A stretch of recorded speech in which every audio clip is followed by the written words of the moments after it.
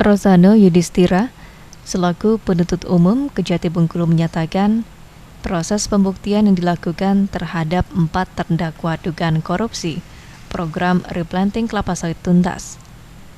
4 terdakwa ini adalah Prianto, selaku Kades Desa Tanjung Muara, Arlan Sidi, Ketua Kelompok Tani Rindang Jaya, Edi Darwanto, Sekretaris Kelompok Tani Rindang Jaya, dan Suastono, sebagai bendahara di Kelompok Tani Rindang Jaya. Berdasarkan keterangan ahli dan dilanjutkan dengan agenda 4 terdakwa saling bersaksi dan pemeriksaan terdakwa, total kerugian dari program replanting ini bernilai 9 miliar rupiah. Kerugian negara timbul akibat ulah para terdakwa yang memalsukan dokumen penerima program replanting dengan cara meminjam 87 kartu keluarga dan KTP milik orang lain, sehingga lahan milik 4 terdakwa bisa terakomodir untuk mendapat dana bantuan replanting. Salah satu contohnya adalah terdakwa Prianto yang merupakan Kades Tanjung Muara. Berdasarkan ketentuan Permentan, per satu orang hanya bisa mendapatkan bantuan seluas 4 hektar. Namun kenyataannya terdakwa Prianto memiliki lahan seluas 166 hektar, sehingga jalan untuk mereplanting seluruh lahannya adalah dengan meminjam KTP milik orang lain. Dalam persidangan, per satu KTP diberikan imbalan 100.000 plus tambahan Rp150.000 untuk membuka rekening.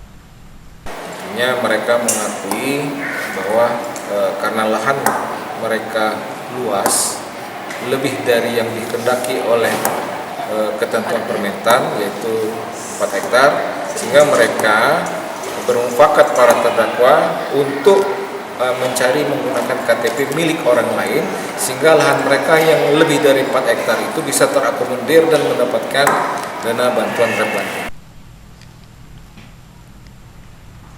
Sementara itu, tim penasihat hukum 4 terdakwa menyayangkan agenda keempat terdakwa saling bersaksi dan pemeriksaan terdakwa banyak kendala akibat gangguan teknis selama persidangan dilakukan secara online.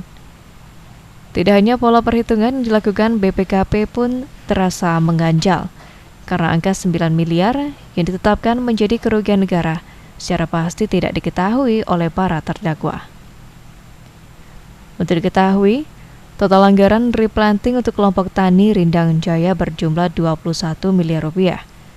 13 miliar telah disita oleh Kejati Bengkulu saat penyidikan dan 7 miliar lebih telah direalisasikan untuk program replanting. Penasihat hukum 4 terdakwa menyatakan BPKP tidak bisa mendetailkan bagaimana angka kerugian itu keluar. Tidak hanya itu, tim penasihat hukum pun menyatakan seharusnya tidak hanya 4 terdakwa yang diproses, melainkan banyak pihak. Yang artinya angka 9 miliar itu yang ditetapkan sebagai kerugian keuangan negara itu secara pasti tidak diketahui oleh keempat terdakwa. Kemudian yang perlu kita pahami juga, ini kan ada 21 miliar jumlah bantuan yang disalurkan. 13 miliar sudah disita, kemudian 7 miliar sekian itu sudah dianggarkan untuk pengerjaan proyek replanting itu. Yang artinya apa? Dari pihak BPKP juga tidak bisa memastikan apakah 7 miliar yang sudah keluar itu digunakan untuk kepentingan pribadi atau untuk memperkaya diri sendiri atau keempat terdakwa. Itu tidak bisa dipastikan. Majelis Hakim memberikan waktu selama 2 minggu kepada tim penuntut umum Kejati Bengkulu untuk membacakan surat tuntutan hukuman kepada 4 terdakwa. Agus Faizar, RPTV melaporkan.